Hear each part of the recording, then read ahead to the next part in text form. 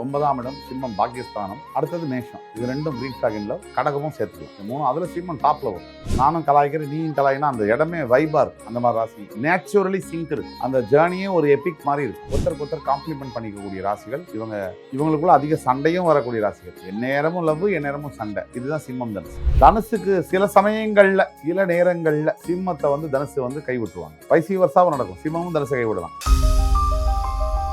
Retro ஆன்மீகம் நேயர்கள் அனைவருக்கும் வணக்கம். இன்னைக்கு நம்மளோட சுபாஷ் பாலகிருஷ்ணன் அவர் தான் இணைஞ்சிருக்காரு. அவர்கிட்ட நிறைய விஷயங்கள் கேட்டு தெரிஞ்சுக்க போறோம். நிகழ்ச்சிக்கு போகலாம். சார் வணக்கம். சார் வணக்கம் சார். இன்னைக்கு என்ன சார் இன்ட்ரெஸ்டிங்கான டாபிக்? இன்னைக்கு ரொம்பவும் இன்ட்ரெஸ்டிங்கான டாபிக்ஸை பார்க்க போறோம். ஒவ்வொரு ராசிக்கும் எந்தெந்த ராசி லவ்ல கிரீன் ஃபிளாக், மேரேஜில் கிரீன் ஃபிளாகும், லவ்ல ரெட் ஃபிளாக், மேரேஜில் ரெட் ஃபிளாகும் பார்க்க போறோம். இது பொதுவான கருத்து. இது எல்லா ராசி மக்களையும் குறிக்கக்கூடிய கருத்தல்ல. பெருவாரியான ராசி மக்கள் ப்ராபபிலிட்டி 60-65% தான் நம்ம கணக்கு எடுத்துக்கணும். விதி விலக்குகள் நாம சொல்லக்கூடிய ராசிகள்ல இருக்கு. ரெட் ஃபிளாக்னா என்ன சார்? கிரீன் ஃபிளாக்னா என்ன சார்? ரெட் ஃபிளாக்னா இந்த ராசிக்காரங்களை லவ்வும் பண்ணக்கூடாது, மேரேஜும் பண்ணக்கூடாது.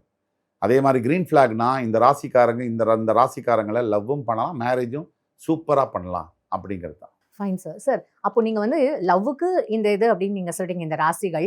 இப்ப அடுத்த கேள்வி எனக்கு என்ன அப்படின்னா, அப்ப கல்யாணத்துக்கு அப்படின்றது வேற ராசிகள்? கண்டிப்பா. மேரேஜ் கிரீன் ஃபிளாக்ன்றது வேற, லவ் கிரீன் ஃபிளாக்ன்றது வேற. Is it sir? ஆமாங்க. ஓகே. ஏன்னா நான் தான் எப்படி லவ் பண்ணும்போது இந்த ராசிகளை பார்க்குறேன். இந்த ராசிகளை தான் நான் கல்யாணமும் பண்ணிப்பேன். லவ் பண்ணா நான் கண்டிப்பா கல்யாணமும் பண்ணிப்பேன்னு இருக்கும்போது, கல்யாணத்துக்குன்றது வேற ராசிகள்னும் போது, இன்னைக்கு நடக்கக்கூடிய திருமணங்கள்ல ஒரு 100 மேரேஜஸ் எடுத்துக்கிட்டீங்கன்னா அதுல எத்தனை அந்த லவ்வே பண்ணி கல்யாணம் பண்ணிக்கிறவங்க எத்தனை பேர் நீங்க எடுத்தீங்கன்னா தெரியும். இது மென்லயும் சரி, விமன்லயும் சரி. இந்த மேரேஜுக்கு முன்னாடி அவங்க லவ் பண்ணியிருப்பாங்க. லவ் மேரேஜ் தான் அதிகம் நடக்குது இப்போ. ஆனா அந்த லவ்வுக்கு முன்னாடி எத்தனை லவ் இருந்திருக்கு? அதுதான் உங்களோட பாயிண்ட். அதுதான் பாயிண்ட். Fine sir. அதனால காதலிச்சவங்களையே கல்யாணம் பண்ணிக்கிறாங்கன்றது ரொம்ப ரேர் தான்.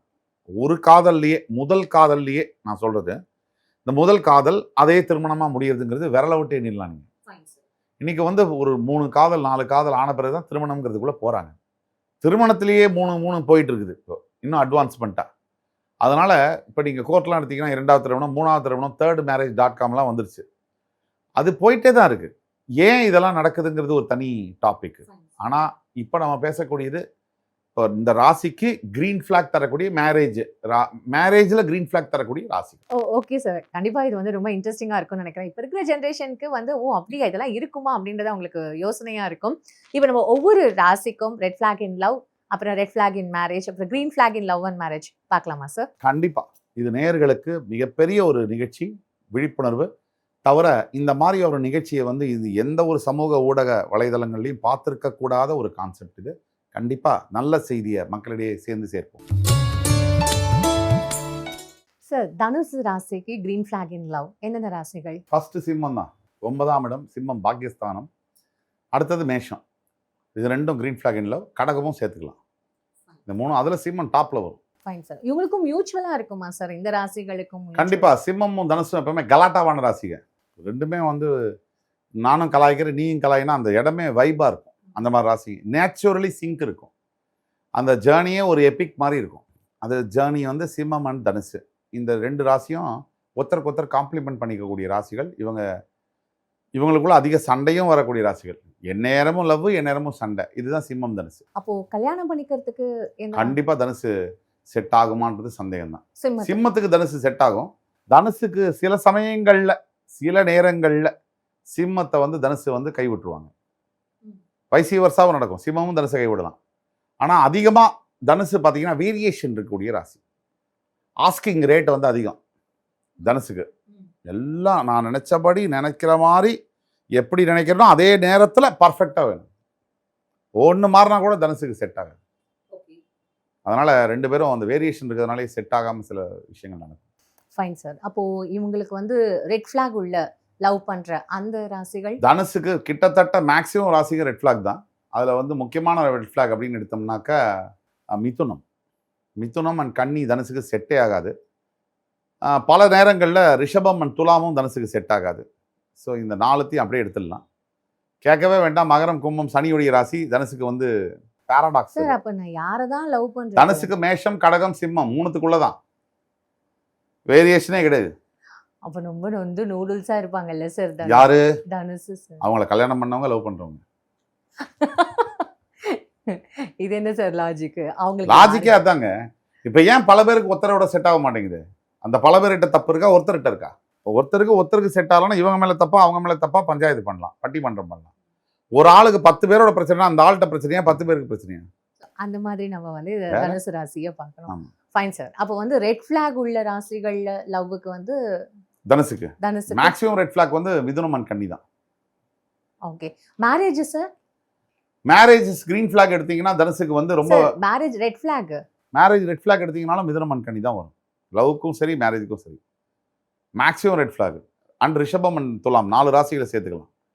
ஆனால் மேரேஜுக்கு ரெட் ஃபிளாக் எடுத்தீங்கன்னா தனுசுக்கு ரொம்ப சீரியஸ் ப்ராப்ளம்ஸ் நடக்கும். தனுசுக்கு வந்து எப்படின்னா கான்ஸ்டன்ட் பேம்பரிங் தேவை தனுசுக்கு. கொஞ்சம் ஒரு 0.5 சென்டிமீட்டர் போனீங்கன்னா கூட உங்களை கட் பண்ணிடுவாங்க. கேட்டால் அவங்க நேர்மையா அப்படின்னு சொல்லுவாங்க. அதனால் அந்த பிரச்சனைகள் நிறைய வரும் தனுசுக்கும் மற்றவங்களுக்கும் பஞ்சாயத்து.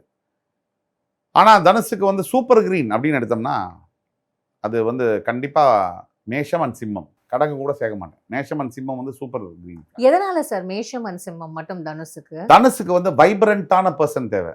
ஒரு ஆண் தனுசு இருக்காருன்னா வைப்ரண்டான பொண்ணு தேவை. நீங்கள் மாமா உங்களை பார்த்து வெக்கப்படுறேன் அப்படின்னா அங்கேயே முடிஞ்சு ஃபெயில், தில்லுமுழு இன்டர்வியூ மாதிரி கெட் அவுட்ன்றது. அதனால தனுசுக்கு வந்து பொண்ணு வந்து சும்மா அப்படியே ஜான்சி ராணி மாதிரி வேணும். அதே மாதிரி சிம்மம் ஆணுக்கும் மேஷ ஆணுக்கும் பொண்ணும் அதே மாதிரி நல்ல லக்ஷ்மி பாய் ஜான்சி ராணி மாதிரி தான் வேணும். இல்லாமல் நீங்கள் வந்து ஒரு சப்பையான ஆணையும் அவங்க லவ் பண்ண மாட்டாங்க. காமாக இருக்கிற ஆணை அவங்களுக்கு பிடிக்காது. அவங்களுக்கு கலகலன்னு கலாய்க்கிற ஆணை தான் பிடிக்கும்.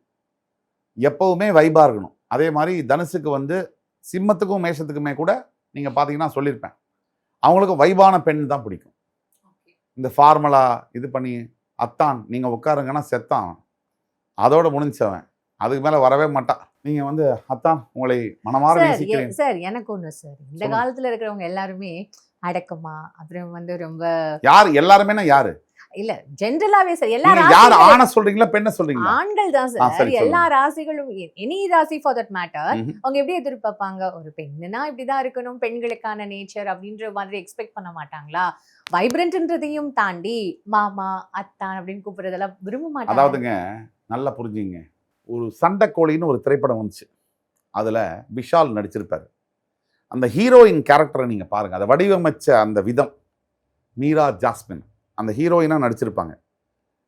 எவ்வளவு ஈக்குவலா ஹீரோக்கு ஈக்குவலா அவரை கலாய்ப்பாங்க தெரியுமா? அந்த மாதிரியான பெண்களை தான் இந்த காலத்தில் இருக்கக்கூடிய பல ஆண்களுக்கு பிடிக்கும். வைப்ரண்டா இருக்கும். நீங்க வந்து ஒரு பொண்ணு போய் வந்து கசக்கி குடிஞ்சு வெக்கப்பட்டுலாம் நின்ட்டானா, ஐய அது அந்த வெத்தலை பாக்கு போட்டு படிக்காத ஒரு படத்துல பொண்ணு பார்க்க போவார் தனுஷ், அந்த மாதிரி ஆயிடும். அந்த அளவுக்கு யோசிப்பாங்க. அதனால இந்த காலத்துல இருக்கக்கூடிய ஆண்கள் தனக்கு ஈக்குவலா சவாரி செய்யக்கூடிய பெண்ணை தான் பார்ப்பாங்க. வெக்கப்படுறது, அத்தான் கூப்பிடுறது, மச்சான் கூப்பிடுறதுலாம் கூப்பிடுவாங்க. அது கலாய்ச்சி 10 தடவை அள வச்சதுக்கு அப்புறம் கூப்பிடணும்.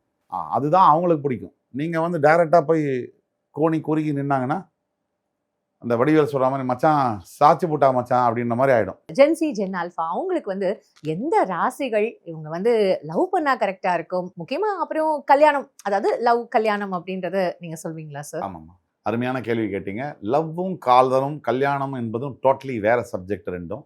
இது மக்களுக்கு ஆமாம்மா, லவ் வேற கல்யாணம் வேற, புரியுதுங்களா? தப்பாயிடாதா சார் என்ன பேசினா? லவ் வேற கல்யாணம் வேற அப்படின்னு. அதாவதுமா, இன்னைக்கு நடக்கக்கூடிய காதல் திருமணங்கள்ல தம்பதியர்கள் எடுத்து கேட்டிங்கன்னா 100 கல்யாணம் நடக்குது காதல் திருமணம்னு வச்சுங்க. அதில் 100ல் கேட்டிங்கன்னா 98 பேர் சொல்லுவாங்க இந்த கல்யாணம் காதல் திருமணம் தான், இதுக்கு முன்னாடி நான் காதலிச்சு தோத்து போயிருக்கேன்னு சொல்லுவாங்க. ஆணும் சொல்லுவாங்க, பெண்ணும் சொல்லுவாங்க. யாராவது ஒரு ஜென்சி, ஒரு ஜென் ஆல்ஃபா ஒருத்தரை காதலிச்சேன் அவங்களையே திருமணம் முடிச்சேன்னு சொன்னால் 1,00,000ல் 2 பேர் இருப்பாங்க. இல்லைன்னு சொல்ல முடியாது, 1,00,000ல் எப்பயுமே இருப்பாங்க. ஆனால் 99,000 பேர் 2 காதல் 3 காதல் அதுக்கு பிறகுதான் திருமணம் பண்றாங்க. இதுதான் யதார்த்த உண்மை. இதுல தப்புன்னு நீங்க எதை சொல்றீங்கன்னு எனக்கு புரியல. தப்புனா ஒருத்தரை காதலிச்சுக்கிட்டு இருக்கும் போதே இன்னொருத்தரை காதலிக்கிறது தப்பு. நீங்க ஜோசியர் தானே சார்? இல்ல நீங்க சைக்காலஜிஸ்ட் மாதிரி இந்த மாதிரியான ஒரு விஷயங்கள் கரெக்ட், அந்த மாதிரியான ஒரு விஷயங்கள் தப்புன்னு நீங்க எப்படி சார் சொல்றீங்க? நான் சொல்றத கவனமா கேட்டு புரிஞ்சுக்கணும். ஏன்னா ஒரு விஷயத்த ஈஸியா தவறா புரிஞ்சுக்கக்கூடிய தன்மை நம்மளுடைய ஊர்ல நிறைய இருக்கு. ஒரே ஒரு நேரத்துல 2 பேரை காதலிக்கிறது தப்பு. அது தவறான விஷயம். ஒரு காதல் முறிவடைஞ்ச பிறகு, ஒரு திருமணம் முறிவடைஞ்ச பிறகு மறுமணம் செய்யணும்னு சட்டமே சொல்லுது. அதுக்கு சப்போர்ட் பண்ணுது. எங்க சட்ட ரீதியா காதல் பண்ணும்போது ஒரு காதல் முறிவடைஞ்ச பிறகு இன்னொரு காதல் பண்ணக்கூடாதுன்னு எந்த தார்மீக சட்டத்துல இருக்கு, எந்த இந்திய அரசியல் சட்ட அமைப்புல இருக்கு? இல்லதான். ஆனா எல்லாத்தையும் தாண்டி இங்க நமக்கு மனசாட்சின்ற ஒரு விஷயம் இருக்குல்ல சார். நீங்க என்ன சொல்ல வரீங்கன்னா உங்க ரூட்லயே வரும். ஒரு காதல் ஒருத்தங்க பண்றாங்க, அந்த காதல் தோல்வி அடைஞ்சிட்டா வாழ்க்கை முழுக்க யாரையுமே கல்யாணம் பண்ணாம அவங்க தனியாவே இருந்து மரணிக்கணும்ன்றீங்க. இல்ல சார், நான் அப்படி மீன் அப்ப பண்ணல. எதை தான் சொல்ல வரீங்க? இல்ல, லவ் வேற. இந்த ராசி வந்து லவ்வுக்கு பொருந்தும். ஆனா இந்த ராசி வந்து லவ்வுக்கு பொருந்தாது. கல்யாணத்துக்கு மட்டும் தான் பொருந்தும் அப்படின்றது. இது எப்படி சார் அது அது நம்ம practical ஆ ஒட்டுமொத்த சொல்ல ராசின்னு சொல்ல மாட்டோம். நம்ம சொல்றது இந்த ராசியில் இருக்கக்கூடிய 70% பேரை சொல்லும். ஒரு 30% விதிவிலக்குகள் இருக்கும். இப்ப மிதுன ராசியை காதலிக்காதீங்க நான் சொல்றேன்னா, எல்லா மிதுன ராசியும் தப்பானவங்க நான் சொல்லவே மாட்டேன். ஒரு பெருவாரியான ஒரு கணிசமான அளவு 65% அங்க தவறு இருக்கலாம். ஒரு எடுத்துக்காட்டு சொல்றேன். அதனால மிதுன ராசி தப்புன்னு சொல்ல. ஒரு எடுத்துக்காட்டு சொல்றேன். நம்ம சொல்ல வர இந்த ப்ரோக்ராம்ல ரெட் ஃபிளாக் கொடுக்கக்கூடிய ராசிகள்லாம் கண்டிப்பா நீங்க காதலிக்கவே கூடாது, கல்யாணமே பண்ணக்கூடாது. ஒட்டுமொத்த ராசிக்கும் அல்ல. அந்த ராசியில் இருக்கக்கூடிய கணிசமான தொகையில இருக்கவங்க. Fine sir. சோ அப்போ இந்த ராசிக்கு இந்த ராசி பொருந்தாது அப்படின்ற மாதிரியான ஒரு ஃபேக்டர்ஸ்லாம் இருக்கா சார்? எல்லாத்துலயுமே வந்து விதிவிலக்குகள் இருக்கு. ம். நம்ம வந்து விதியை பத்தி பேசலாம். விதிவிலக்குகளை பத்தி நம்ம பேசல. சரி, பொருந்தாதுன்னு சொல்றீங்க. மேரேஜுக்கும் அந்த மாதிரி இந்த ராசியும் இந்த ராசியும் பொருந்தாதுமா அப்படின்றும் இருக்கா? கண்டிப்பா இருக்கு. கண்டிப்பா இருக்கு. அது தெரியாதனால தான் பல விவாகரத்து வழக்குகள் இன்றைய குடும்ப நல நீதிமன்றங்கள்ல காத்துட்டு இருக்கு. சார், இப்போ லவ்ன்றது வந்து ஒரு தானா வர ஒரு விஷயம் தானே. நான் போய் உங்ககிட்ட நீங்க என்ன ராசின்னு போய் கேட்க முடியாதுல்ல சார். சுருக்கமா சொல்றேன். நீங்க ராசியெல்லாம் பார்க்கல. லவ் பண்ணி தானே கல்யாணம் பண்ணிக்கிறீங்க. அப்புறம் என்ன இதுக்காக நீங்க வந்து அதை திருமணத்தை நீங்க விவாகரத்து பண்றீங்க? நான் கேட்குறேன், உங்களை வழியே கேட்குறேன். உங்க வழியில வந்து கேட்குறேங்க. நீங்க எதுக்கு நீங்க தெரிஞ்சு தான் லவ் பண்றீங்க? இதுதான் ஆண், இதுதான் பெண் தெரியும். என்னதுக்காக நீங்க குடும்ப நல நீதிமன்றத்தை விவாகரத்து பண்றீங்க? அப்படின்னா நீங்க யாரு? முட்டாளா இல்ல கெட்டவங்களா? இது ரெண்டுத்துல ஏதாவது ஒண்ணுதான் இருக்க முடியும். பொருந்தல அப்படின்றது ஒரு ஃபீல் ஆகுது அடா, இந்த ரெண்டுத்துல ஒண்ணுதானே இருக்க முடியும். பொருந்தல நீங்க ஒண்ணு முட்டாளா இருக்கணும். சார். அப்புறம் பொருந்தல இல்லம்மா, நான் கேட்கிற கேள்விக்கு பதில் சொல்லுங்க. நீங்க காதலிச்சு ஒருவரை தேர்ந்தெடுத்து கல்யாணம் பண்றீங்க. திருமணத்திற்கு பிறகு 4 வருஷம், 5 வருஷம் கழிச்சு, 2 வருஷம் கழிச்சு, 1 வருஷம் கழிச்சோ, 6 வருஷம் கழிச்சோ, 15 வருஷம் கழிச்சோ அவரை விவாகரத்து பண்றீங்க. நான் கேட்கக்கூடிய கேள்வி, நீங்க முட்டாளா இல்ல கெட்டவங்களா? இது 2 தவிர 3வது ஆப்ஷன் இருக்க முடியாது.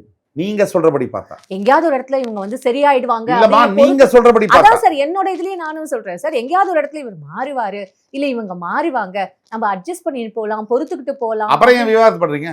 நீங்க தானே நம்புறீங்க மாறுவாங்கன்னு. அப்புறம் எதுக்கு விவாகரத்து பண்ணணும்? இதெல்லாம் நீங்க சொல்றதுக்காக சொல்றேன். என்னுடைய பிலாசபியில இது கிடையவே கிடையாதுங்க. காதலும் மறுபடி வரும். அது நியாயம். அது தவறு இல்ல. இதை பார்த்து கொண்டிருக்கக்கூடிய லட்சக்கணக்கான மக்களுக்கு விழிப்புணர்வு வரணும். அதுக்காக சொல்றேன். 2வது காதல், 3வது காதல், 4வது காதல் தப்பே இல்லை. உங்களுக்கு குற்ற உணர்ச்சி தேவையே இல்லை. ஏன் தேவையில்லை?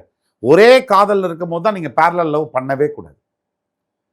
ஒருத்தர் உங்களை ஏமாத்திட்டாங்க, ஒருத்தர் உங்களை கைவிட்டுட்டு போயிட்டாங்க, அந்த மன உளைச்சலோடயே ஒரு மனிதன் வாழ்வதற்கு அவருக்கு அந்த ரைட்ஸும் இல்லை, ப்ரிவிலேஜஸும் இல்லை. பேசிக் ஃபண்டமெண்டல் எல்லாருக்குமே நிம்மதியா வாழ்றதுக்கான ரைட்ஸ் அத்தனை ஆண்களுக்கும் பெண்களுக்கும் இருக்கு. இதுல கலாச்சாரம் தலையிடவே முடியாது. அந்த கலாச்சாரத்துக்கு உரிமையே கிடையாது. முதல்ல இதை கலாச்சாரம்னு இணைக்கிறோம் பாத்தீங்களா, அது ஒரு மிகப்பெரிய முட்டாள்தான். Biology and culture both doesn't go together. நீங்க புரிஞ்சுக்கங்க. Physiology, biology and culture. அதுக்காக நான் வந்து கலாச்சாரத்துக்கு அகைன்ஸ்ட் எல்லாம் கிடையாது. நியாயமான மனித உணர்வுகளை இந்த சமுதாயத்துல இதை தவறுன்னு சுட்டி காட்டுறாங்க பாருங்க, அந்த எண்ணத்தை எதிர்க்கிறோம். இப்ப நீங்க சொல்றபடி பார்த்தா ஒரு மனிதன் காதல்லையோ திருமணத்திலேயோ தோத்துட்டா அவன் தனியா இருந்து செத்து போயிடணும். அதான் நீங்க சொல்றீங்க. மறைமுகமா குலாப் ஜாமுன் மேல வெண்ணிலா ஐஸ்கிரீம் போட்டு அது மேல முந்திரி பூவை தூவி எல்லாம் பண்றீங்க. அப்ப சூப்பர் கிரீன் ஃபிளாக் அப்படின்ற மாதிரி எந்த ராசிகளுமே இல்லைன்னு நீங்க சொல்றீங்க. நீங்க நிறைய குழப்பறீங்க. எப்படின்னா குழப்பிக்கிறீங்க. சூப்பர் கிரீன் ஃபிளாக்ன்றது நியர்லி பாசிபிள்னு சொல்றோம். அதாவது இந்த ராசியும் இந்த ராசியும் இணைந்தால் இன்னும் நல்லா இருக்கும்னு சொல்றோம். 65-70% நல்லா இருக்கும்னு சொல்றோம். 30% இதே ராசியில உள்ளவங்க சேர்ந்தாலும் ஃபெயிலியர் ஆனவங்களும் இருப்பாங்க. அதான் நம்ம சொல்ல வரோம். சமுதாயத்துல இந்த வீடியோவை பார்த்து கொண்டிருக்கக்கூடிய பல்லாயிரக்கணக்கான மிடில் ஏஜ் பீப்புள், எஸ்பெஷலி 30லேருந்து 50 வயசுக்குள்ள இருக்கக்கூடியவர்களுக்கு இந்த வீடியோ ஒரு விழிப்புணர்வு. எல்லாருக்கும் இந்த சமுதாயத்தில் இருக்கக்கூடிய பெண்கள், முக்கியமா ஆண்கள் 2 பேருக்குமே ஒரு குற்ற உணர்ச்சி இருக்கு. காதல்ல தோத்துட்டாலோ கல்யாணத்துல தோத்துட்டாலோ நம்ம இன்னொரு ஆணையோ பெண்ணையோ பார்க்கலாமா, அது கரெக்டாங்கிற கேள்வி மறைமுகமா சப்ரஸ்டு எமோஷனா வெளியில வேற வேற விதமா கெடுதலா வெளியே வருது. சமுதாய கட்டமைப்புன்றது வந்து ஒரு இது இருக்கு. என்ன சமுதாய கட்டமைப்புன்னு சொல்லவே மாட்டீங்க, டெர்மினாலஜி மட்டும் சொல்றீங்க. நான் எவ்வளவு தெளிவா பேசுறேன், நான் எல்லாத்தையும் புட்டு உடைச்சு கிளீனா பீஸா பேசுறேன். நீங்க என்ன சமுதாய கட்டமைப்புன்னு சொல்ல மாட்டோம். என்ன கட்டமைப்பு? கட்டமைப்புங்கிறது எதுனா சமுதாயத்துக்காக தானே அந்த கட்டமைப்பு. சமுதாயத்தில் இருக்கிறவன் 5000 பேர் இருக்கான், அதுல 4500 பேர் செத்து போயிட்டான். 500 பேர் கட்டமைப்பு இருந்தா என்ன, இல்லைன்னா என்ன? அதனால கட்டமைப்புங்கிறது மனிதன் வாழ்க்கைக்கு காலம் மாறும் போது அதோடைய நேரமும் நிழலும் சூழலும் மாறும். Fine sir. இப்போ நீங்க சொல்ற இந்த எக்ஸ்பிளனேஷன்ஸ்லாம் வந்து மக்கள்கிட்டயே நம்ம விட்டுடலாம். இப்போ சுருக்கமா ஒரு கேள்வி சொல்லி முடிக்கிறேன். 1980களில் எப்ப எல்லாரும் தூங்க போவாங்க தமிழ்நாட்டில்? இரவு எத்தனை மணிக்கு தூங்க போவாங்க? 7:30 மணிக்கு பெட்டுக்கு போயிடுவாங்க. 7:30 மணிக்கு டிவியில செய்திகள் வரும். சோபனா ரவின்னு வாசிப்பாங்க, வரதராஜன் வாசிப்பார் தூர்தர்ஷன்ல, தமிழ் செய்திகள் வாசிப்பாங்க. அதோட எல்லாம் தூங்க போயிடுவாங்க. 8 மணிக்கு 8:30 மணிக்கெல்லாம் கொரட்டை சத்தம் கேட்கும், ரோடே ஜில்லோன்னு இருக்கும். இன்னைக்கு போய் 8:30 மணிக்கு பாருங்க. சார் 8:30 மணிக்கெல்லாம் எப்படி சார்? அதுதான் நடந்தது, கேட்டு பாருங்க. 80s மில்லினியல் கிட்ஸை கேட்டு பாருங்க. 8:30 மணிக்கு டோட்டல் சிட்டி அப்படியே இதுக்கு போயிடும். 9 மணிக்கெல்லாம் தண்ணி அடிக்கிறவங்க மட்டும் அங்கங்க 1-2 பேர் பார்க்கலாம், ரிக்ஷா ஓட்டுறவங்கள பார்க்கலாம். இதுதான் 80களுடைய வாழ்க்கை. இப்ப சொல்லுங்க, 40 வருஷம் கழிச்சு இன்னைக்கு என்ன இருக்கு? இன்னைக்கு தூங்குறாங்களா? 8:30 மணிக்கு விட்டுடுங்க. 9:30, 10:30, 11:30, 12:30, 1:30, 2:30 போய் அண்ணா நகரில் பாருங்க. அண்ணா நகரில் 1:30 மணிக்கு போங்க. எத்தனை உணவு விடுதியில் ஃபாஸ்ட் ஃபுட் சாப்பிட்டுக்கிட்டு காஃபி சாப்பிட்டுக்கிட்டு உட்காந்து தன் தூக்கத்தை கெடுத்துக்கிட்டு இது ஜாலின்னு நினச்சிக்கிட்டு இப்போ ஹெல்த்தை விட்டு 40 வயசில் சம்பாதிச்ச சொத்தெல்லாம் ஹாஸ்பிட்டலில் விடுறதுக்காக காத்திருக்கக்கூடிய எத்தனை யூத் இருக்காங்க தெரியுமா? Gen Z and Gen Alpha. Fine sir. ரொம்ப அழகா எல்லா ராசிகளுக்கும் எது பொருந்தும் எதுவும் பொருந்தாது, முக்கியமா லவ் அண்ட் மேரேஜ் இந்த மாதிரி யாருமே சொல்லியிருக்க மாட்டாங்க. நான் கூட நிறைய கேள்விகள் ஆரம்பத்தில் ரொம்ப டவுட்ஸ் எல்லாம் வந்து கேட்டேன். ரொம்ப அழகா எங்களுக்கு எல்லாமே எக்ஸ்பிளைன் பண்ணீங்க. உங்க நேரத்துக்கும் உங்களோட கருத்துக்கும் ரொம்ப அழகா எக்ஸ்பிளைன் பண்ணீங்க. ரொம்ப நன்றி சார். நன்றி. ரெட்ரோ ஆன்மீகம் நேயர்களுக்கும் உலகமெங்கிலும் இருக்கக்கூடிய அன்பு தமிழ் நெஞ்சங்களுக்கும் என்னுடைய நன்றிகளும் வாழ்த்துக்களும் வணக்கங்களும்.